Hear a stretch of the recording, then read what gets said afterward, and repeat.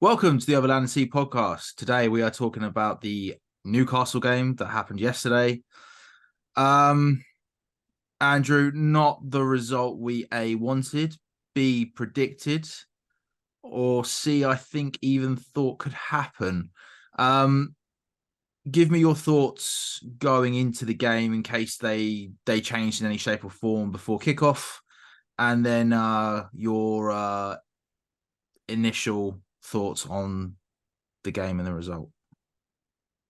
Um, I think going into the game, seeing that sort of Isaac was fit, that wasn't necessarily a guarantee. Um, and some other players like Almiron was fit. I think he was a doubt at one point. Yeah. They had more players back than I was expecting. Even still, I wouldn't have expected it to end how it ended. But watching the game, I think they were just more at it than we were. They hunted in packs to try and win the ball back. We had no time, no space to do anything. Went back to this ambling up to the ball as a press, one man press on his own, ambling up to the ball, which just doesn't work. I don't think the result really reflected the game, but when you give away the goals that we did and you give a team that has Kieran Trippier on set pieces that many free kicks in dangerous areas in your half that were completely unnecessary, you're going to end up struggling in the game. I think that's sort of what happened. That's the right team won that game, I think. Yeah, I mean, there's no arguments about Newcastle winning. They looked more up for the game than we were, which I thought was surprising. Not against Newcastle's attitude or anything, but just I think I was more surprised at how we approached the game. I heard a statistic during the game like that's the 10th time this season we've conceded the first goal, which isn't great. And then I think the other surprising thing for me, which before we go into the goals and what we think of what could have been better and any other points from the game, Gallagher playing on the right. I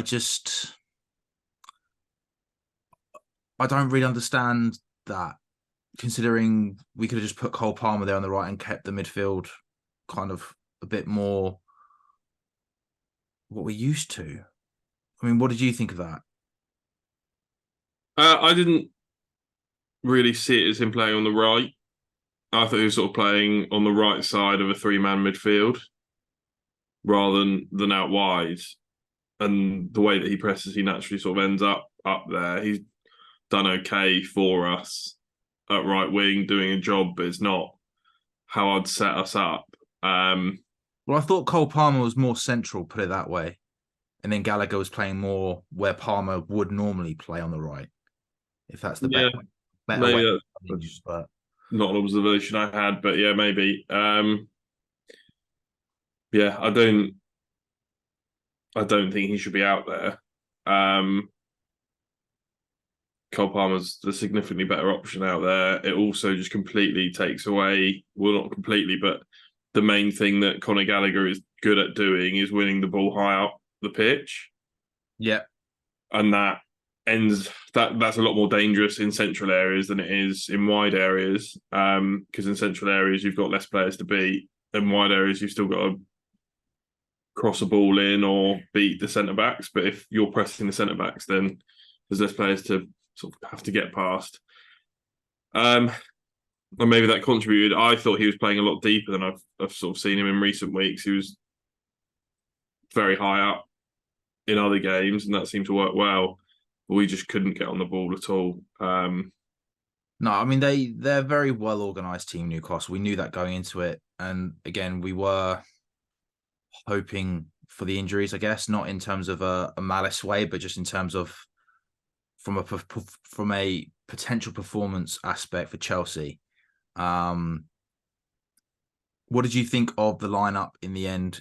Colwell was on the bench, Badashil started, and then Caicedo was also on the bench, and Big Les started. They're the only differences that we had to the starting 11 that we picked. Yeah, well, I think we both had Badashiel in there if Yeah, Colwell wasn't fit. yeah. Um, so and I think he had an all right game for their fourth. Um, Anthony Gordon Yeah. Fourth goal. ran off his back, and he wasn't sort of particularly quick to get across. But I don't think the bloke should have really been in there for 90 minutes. It was sort of the last 20. I think he was just doing a job what he could do, but I think he's just come back from injury, and 90 minutes was probably beyond him, but he had to do it because of Reece Oh, James getting coming sent on off. for the Reece James red card. Yeah, Yeah. I was going to ask you if you thought that would have been the plan, and it probably was, to be fair. I would have been very surprised if the plan was to play him for 90 minutes, bearing in mind the bloke has barely played for months and months and months. Yeah. But I think otherwise he had a pretty good performance, so I wasn't upset with that. I think Big Les struggled. Oh, Bear in mind he's not match fit. Like he's not played a lot of minutes. So to put him up against Newcastle, who do have a very good midfield, um, is a difficult one. I don't know what the it's a big problem. step up to what he's used to been, what he's used to playing for us, and before he came to our club. Yeah, probably. Except for I'm assuming he played PSG at some point. But yeah, it's. I think it was the best of a bad situation. I'm assuming Caicedo just wasn't fit enough, or needed a rest, and he was the second best option in that role. But Well, he's definitely he was definitely the player that was always going to replace Caicedo. I think the question is just more, could Caicedo have started and then come off, or they did what they did?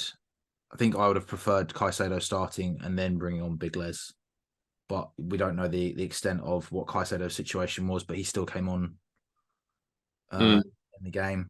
I think potentially height played into it as well. Newcastle got quite a big team, so having an They're extra physical. person. They are, and they're a Oh yeah. physical team as well. They are a physical team. They bullied our midfield at times.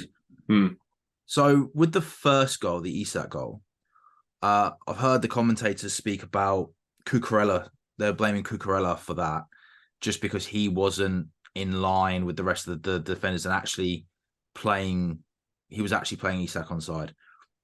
I have an argument to that, and I'd love to get your thoughts on this, which is nobody actually comes out to. I think his name was Miley, the 17-year-old that played.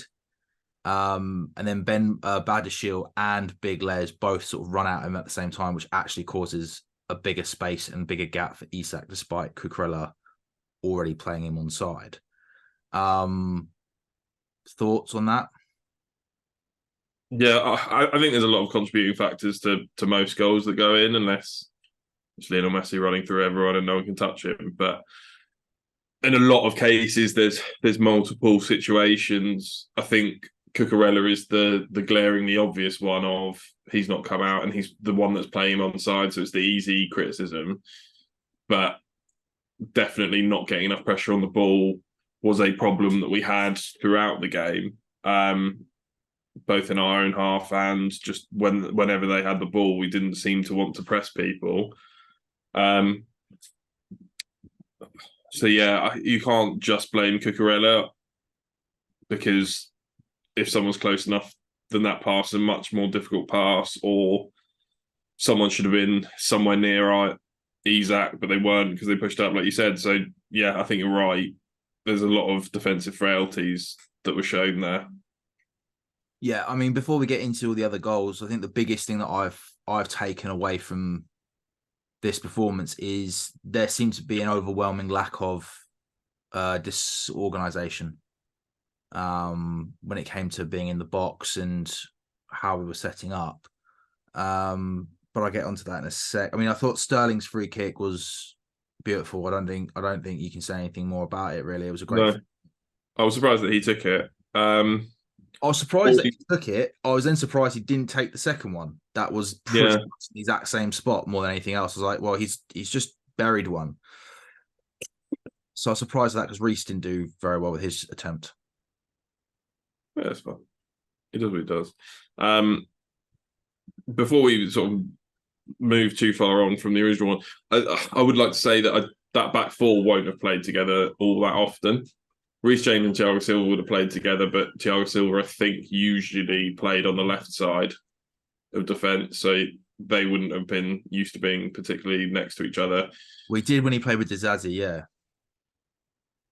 Did he not play? I thought he was always basically left centre back. Was it Rudiger that was always left centre back?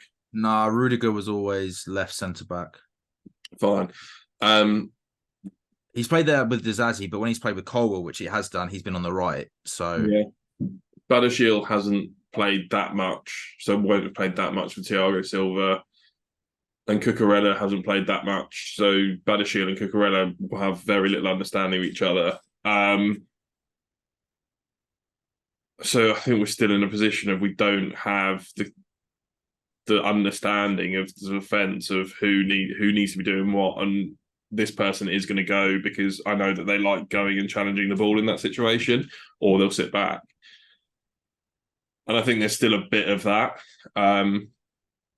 And there will be for probably the next season and a half with the amount of defenders that we have and the amount of injuries that we keep having, because as soon as Chilwell comes back in, we have the same situation of he's not sure, which is maybe less of a problem than the centre-back not really understanding who's doing what. But yeah, I mean, I think on that as well, you have to then also factor in Big Les, because they wouldn't have played with Big Les.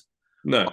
I think for me, I get what you're saying, but I think for me with that, the overwhelming thing for me is surely if we have a way of playing, then if you're playing that position, you know what is expected from you from that position in a situation. And I think that was the biggest factor for me. But there's certain times where you get panic stations because there's a bloke on the edge of the area, no one's within 10 yards of him, and people start panicking, going, oh, right, I need to go and close him down, even if they're not the right person to close them down in that instance. And it's all a sort of learning curve of who should be the one that goes.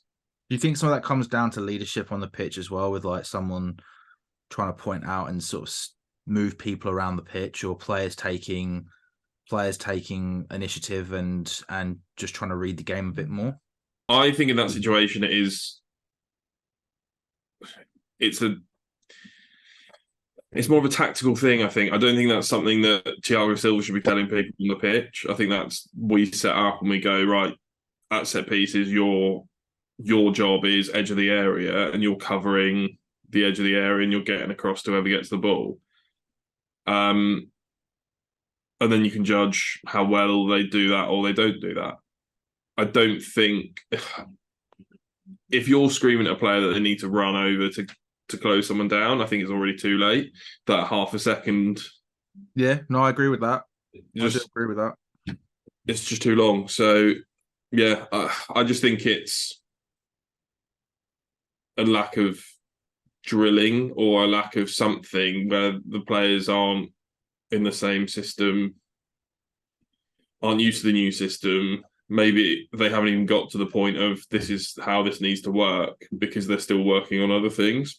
Because Poch's come in and brought his new style of football in, and there's a lot of things to work on. So the minutiae of things probably hasn't been covered in as much detail as other teams it would have done. I mean, Lascelles got a goal, and I'm not being funny. I know we kind of talked about it, but I honestly thought the organisation in the box was really poor. There were warning signs earlier on with Joe Linton. Lascelles could have had another goal in the first half because he was open and he mucked up his shot.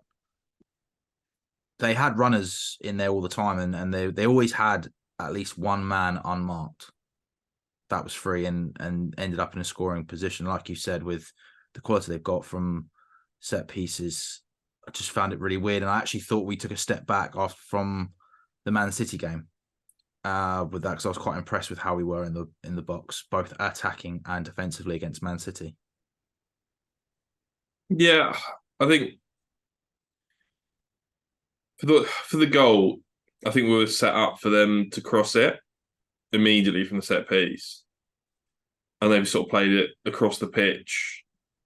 Some people had to run out because we didn't have anyone sort of anywhere near the edge of the area or going up there because that's not how we set up. And I think that's just something that we weren't particularly prepared for. We didn't really know. I don't think they really knew what to do. Everyone kind of moved over to that side, and the back post was pretty open. It's been a weakness for us for the last few years. I don't think Massive weakness. it's a sorry. I don't think it's something that's going to be fixed overnight. It's going to be something that takes a while to really sort of get to grips with it. And I think there's certain situations where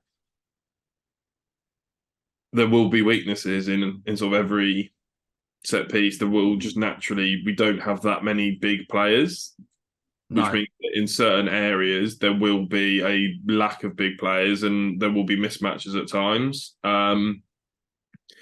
And it's something you've just got to try and mitigate as much as you can. But Newcastle have done well. They've managed to navigate to a position where we've basically had Cucurella marking the back post, and there's a big gap between him and Badashil, and someone's running in the middle of it. Yeah, but then surely someone should be marking. Do you not think someone should be marking? Because I mean, this is what I don't get. I mean, even then it's zonal. I know what you're going to say in terms of it wasn't straight from a dead ball situation, but surely somebody should be picking him up, or there should be more communication. Well, it is the issue with the semi-zonal of the big men aren't really marking anyone. They're just trying to win a header. So then you end up with I think they said it was supposed to be Enzo marking Jolinton when he ran through. I don't know who was supposed to be marking Lascelles, but you do end up with situations where the people marking people are not necessarily people that are good at defending, and definitely not particularly good at defending set pieces. Their initial job is just to block and be a nuisance and be in the way without fouling someone. It might have been the fact that because they played it back across the midfield, one of the players that was on Lascelles happened to be the closest and ran out to try and press. So it might have just been that whoever was actually on Lascelles had to run off and try and get to the man with the ball. And that's why it was a free man. I didn't look at it in that much detail, so I don't know specifically what the problem was, but yeah, it is definitely something that we need to work on pretty strenuously. To be honest, at both ends, we don't score too many from set pieces either. So no, I mean, Thiago Silva did make at one corner the same run that he made against City, which he scored from, which I liked. But then no one else did anything. Everyone else just stood still. And the ball went way over the top, but everyone was just in a straight line. And they just static jumped, and it's just good luck winning a header like that. The Joel Linton goal was just a horrible mistake by Thiago Silva. Obviously, normally reliable. It happens. It is what it is, I guess. I think it just sort of summed up the game and the day that we had, I think, in some ways. But other situations, but I basically said that I'm to myself that I'm not going to be doing any more of these videos where we put our best players in things, or I'm just not putting anyone in that's currently playing, because I put Thiago Silva in my team and he's had a couple of absolute clangers in that game. Well, to be fair, that video still needs to come out. I am working on that one coming out, but I had other priorities to get out first. Yeah, so I fully jinxed him. And then Reece James gets 2 silly bookings and gets sent off when I was calling him the best right back that's ever existed. Yeah, Paulo Ferreira is looking pretty good now next to Ricardo Carvalho, isn't he? No, I think Paulo Ferreira got sent off a few times. Yeah, he did. Yeah, of course he did. So, I think with the Reece James one, I mean, to be fair, he actually committed quite a few fouls today.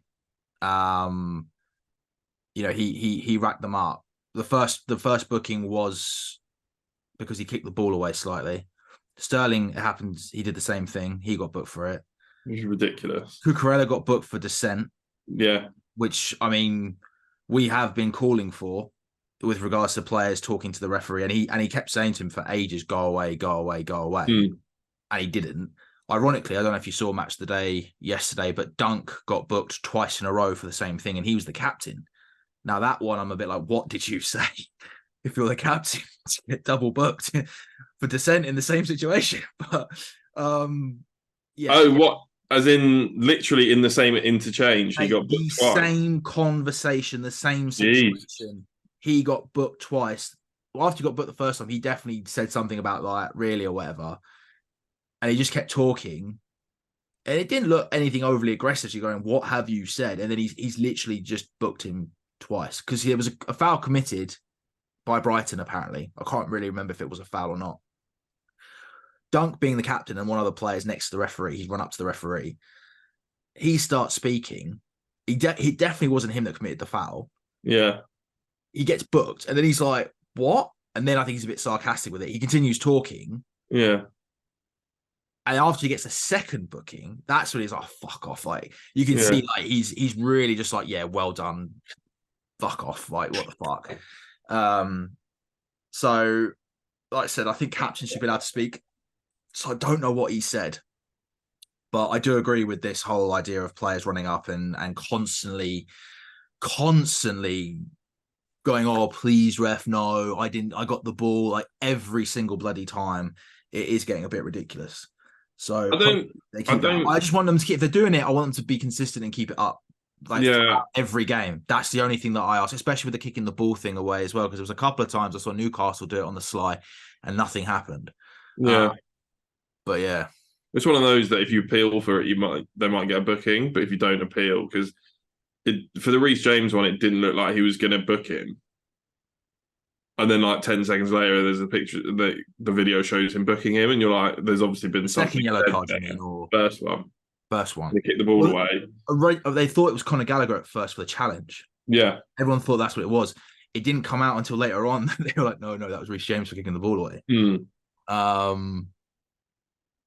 But yeah, I mean, Yeah. The second one, I don't think there was a hell of a lot of contact there, but he's not winning the ball. no, He does something, the player goes down, and the ref has to make a decision. it's one of those ones where he's trying to run around the player.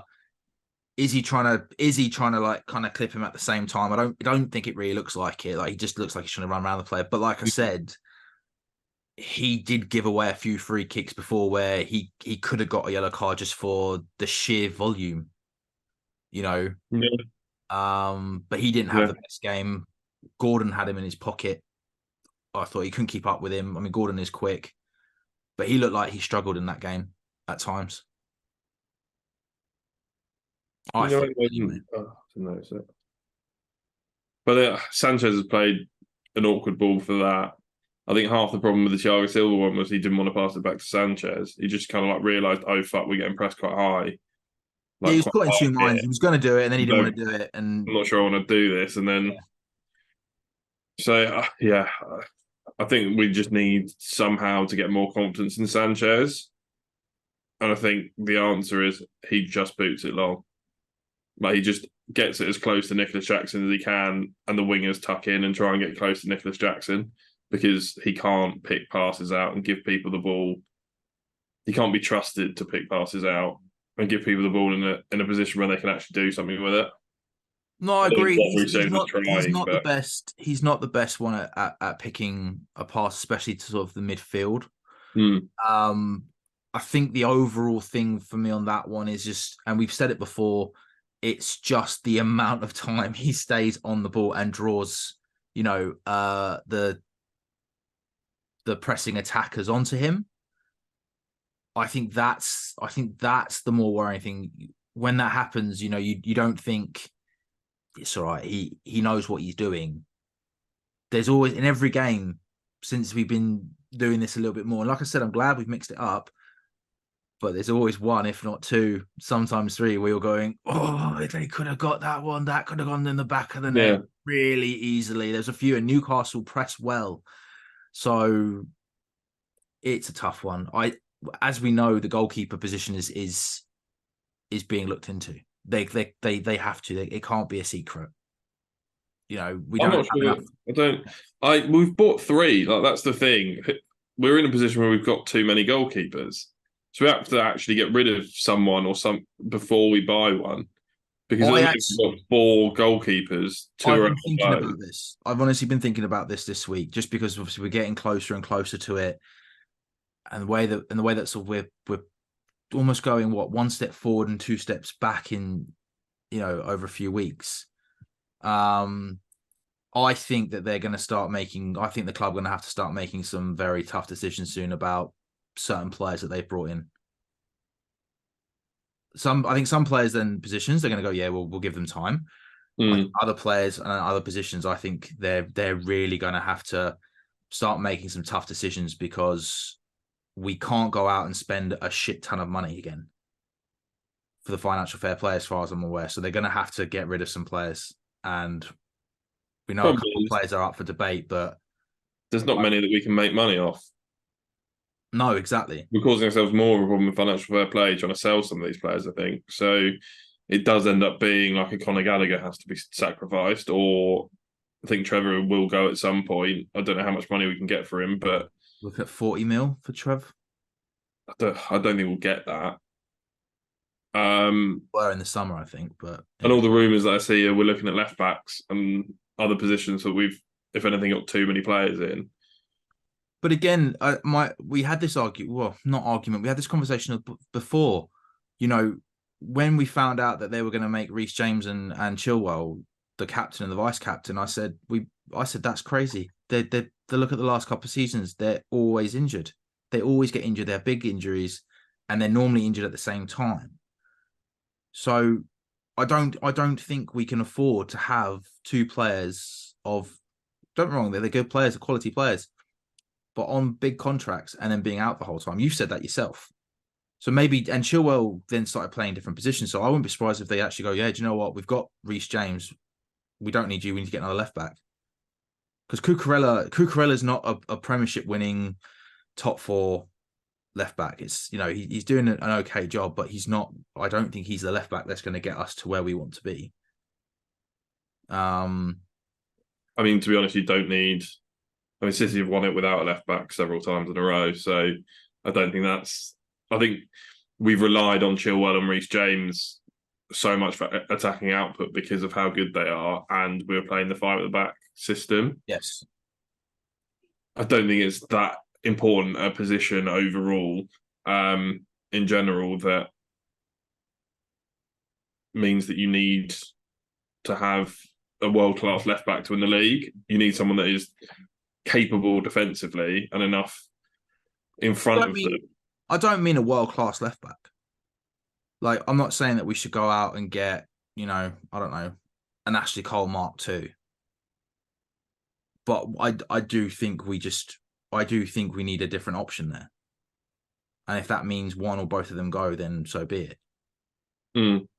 Is what I mean. I don't see how we can have what's supposed to be our two starting fullbacks constantly being like, oh, do you know what? They've just come back from injury. They could get injured again. Which just seemed to be the trend that we've been in for the last few years.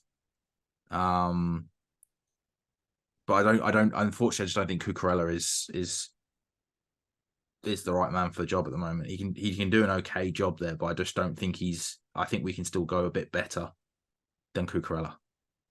Yeah, fine. I think let's leave this for another video in terms of what we're Yeah. doing in the transfer window. And What did you think of the substitutions? Did you agree with the substitutions as and when they happened? Like the first three were Jackson for Broja, Gallagher for Mudryk, and Big Legs for Caicedo. I think it was the 69th minute that happened.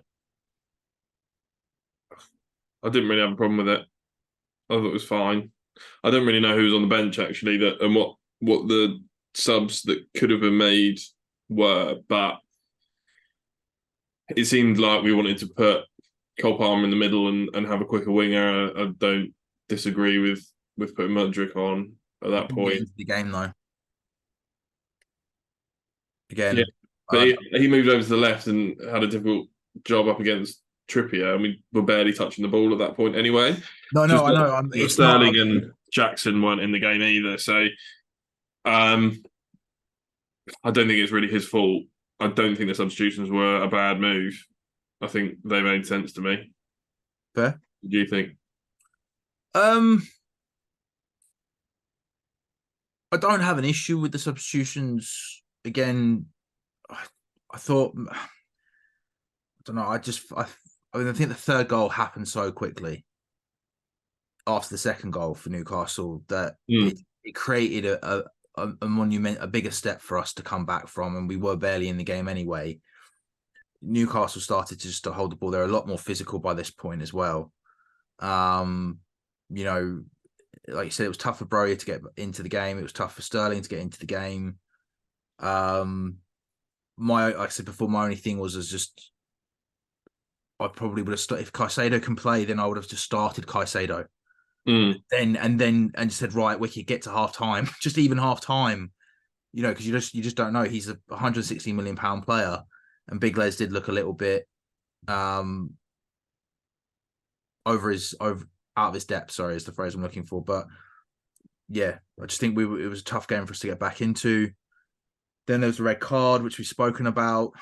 Palmer obviously came off of Colwell, which is a big loss. Palmer coming off, but I don't know how else he could really have taken off, really. Maybe. No, I mean, the only one that was potentially was Sterling.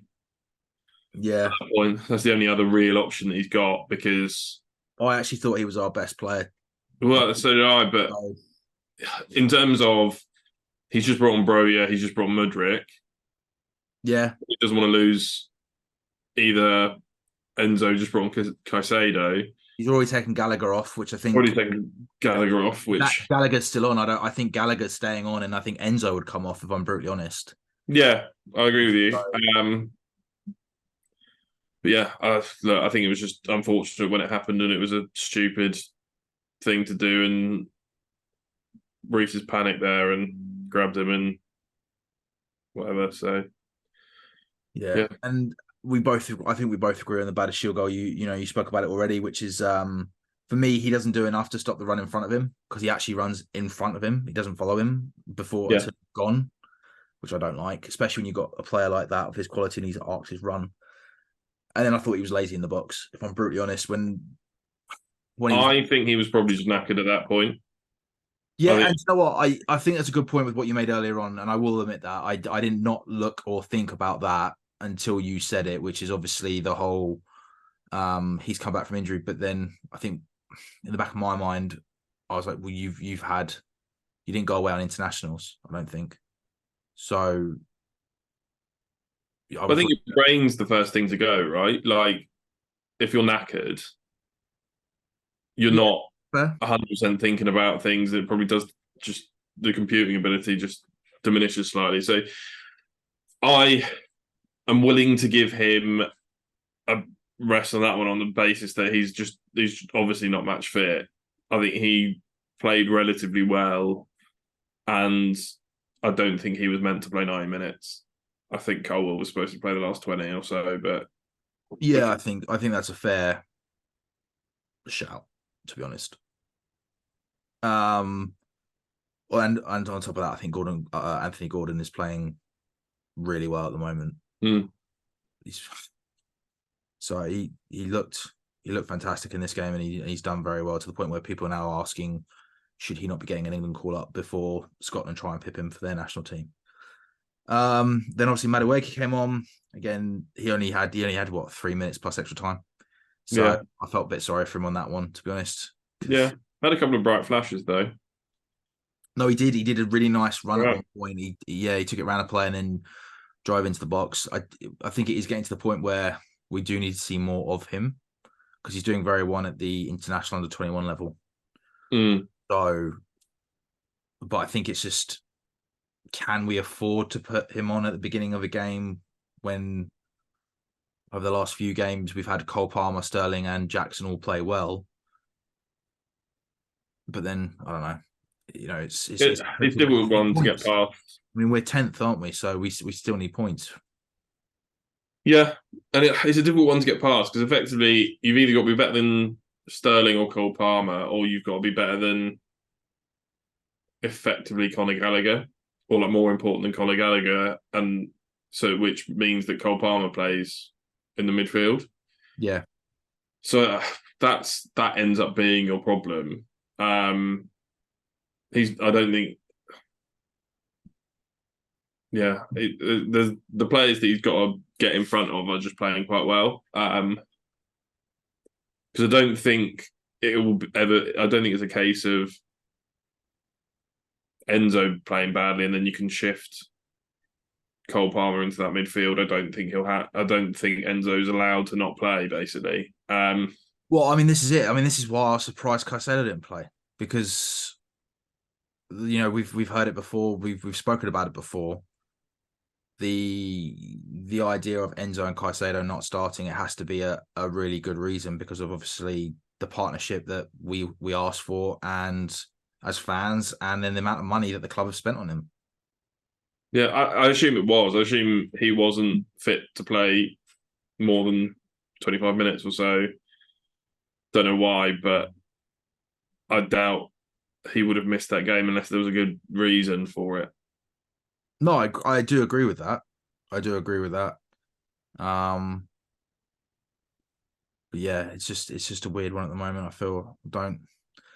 I wanted to ask you last week before we did the pregame, where do you think we're headed, and where do you think we'll finish up? Because I was feeling really good. I was feeling really positive about like the way we were going, coming back from the international break. Palmer got called up for England. Gallagher was in England. Apparently Cole Palmer was the 13th Chelsea player that Gareth Southgate has called up in his tenure as the England manager, which is the most from any club, which I thought was quite surprising and really nice to hear. But where do you think we are at the moment? I mean, we quarter of the way through the season, so third, something like that. So yeah, third, yeah. I think it's difficult to look past sort of the Europa Conference League spots as a maximum at the minute, unless we can somehow put a run of wins together. I don't think we've looked particularly comprehensive in terms of beating the smaller teams in the league. I think if we were beating those teams and then sort of struggling against the Big Six or the historic Big Six, then I think you'd be more confident of getting up there. I think we're just losing too many points against the small teams. And yeah, we got some good results against some of the bigger teams, but it was still 4 points from a possible 6 before today. yeah. And I haven't really seen us just take a team to the cleaners that wasn't trying to play against us. I think they said it on the commentary for the Newcastle game that he included Burnley in the teams that are going to sort of have a go at us, and that's the only team that we've sort of comprehensively beaten this season. So Spurs, but they went down to nine men. So and yeah, it took a while. So but another team that was going at us. We haven't beaten. We didn't beat Brentford Brentford. Forest. No, like we haven't beaten we beat Luton. To be fair, 3-0. Yeah, maybe that one. But then again, is that really playing a weird highlight worth as well? So. That's not anything to be really proud of. Oh well, we've comprehensively beaten 2 of the teams that have come up this year from the Championship. Brilliant. So yeah, I think it is Europa Conference League unless there is a massive turnaround in form. I'm hoping now the international breaks are done until next year, that will give us some more benefit, because I think we've struggled after every international break. Yeah, we have. You are right. Well, we've said we've struggled in the midfield after every international break, and that was with what is supposed to be our strongest midfield. And then we struggled today with, well, not today, yesterday with not the strongest midfield. Yeah. So all we can do is see, but yeah, I think to get any higher than that, we'll need to put a run of sort of 15-game winning streak together or something silly. And I just don't think that's something we're particularly capable of at the minute. Because it's a young team, the consistency of performances hasn't really been there. And yeah, on our day, we're, I think, as good as most teams, and we showed that against City, but it's just not there every week. So no, I agree. I was I was worried about this happening in the summer, and I said I wouldn't mind us buying a few experienced players that, just a bit more solid. And I think that's coming back to bite us in the arse, if I'm brutally honest, one of the things.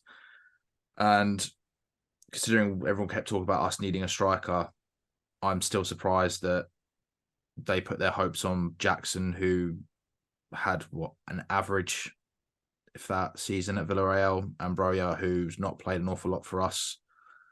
He's been injured. He did okay at Southampton. So yeah, I honestly still think they're gonna have to go out and buy a striker in January, and it better be someone who's either used to the Premier League or they're going to be a world-class striker. But I can't see a world-class striker coming to us now, so they need to tempt someone from the Premier League who's looking for a challenge at a big club. Yeah, it's my views. Well, we can talk about that in a different video when we talk about what we need. Absolutely, but I was happy to hear Pochettino's comments after the game and how he wasn't happy, and I thought he was very honest with the situation. And then he cancelled the team's day off, which I thought was fair. Yeah, it's what you want to hear. So yeah, anything else that you want to add to this? No, I think we need to move on swiftly. Yeah, sweet. Lovely. Well, thank you all for watching. Like, share, comment, notification button, all that jazz. Stay tuned for the pre-game, which is for Sunday against Brighton, if I remember correctly. I can't remember what day, but it is Brighton. Pretty sure it's Sunday, they said earlier on, but it's definitely Brighton. And yeah, stay tuned. Keep watching. Up the Chelsea.